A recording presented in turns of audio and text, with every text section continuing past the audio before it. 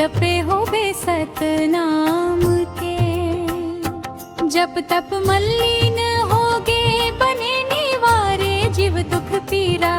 सतनाम के जोर ले चमकिस पूरा गिरोध पुरी धरा। जय सतनाम साहेब बोल बोल सतनाम साहेब।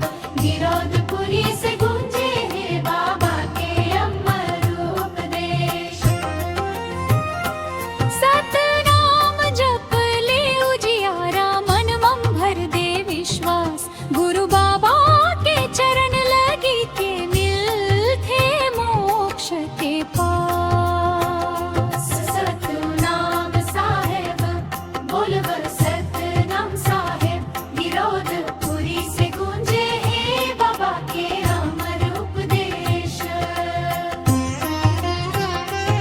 छाया धूप बरसत पानी तप मन डीगे दास। अंतस मंग उजियारा लेके जप थे सतनाम के आस।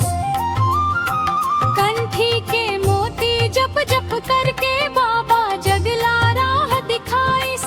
दया धर्म के बेरा टिकाई संधियार ला दूर भगाई। जय सतनाम साहेब बोल बोल सतनाम साहेब। गिरोधपुरी से गूंजे है बाबा के अमर मिठे मोक्ष। जय सतनाम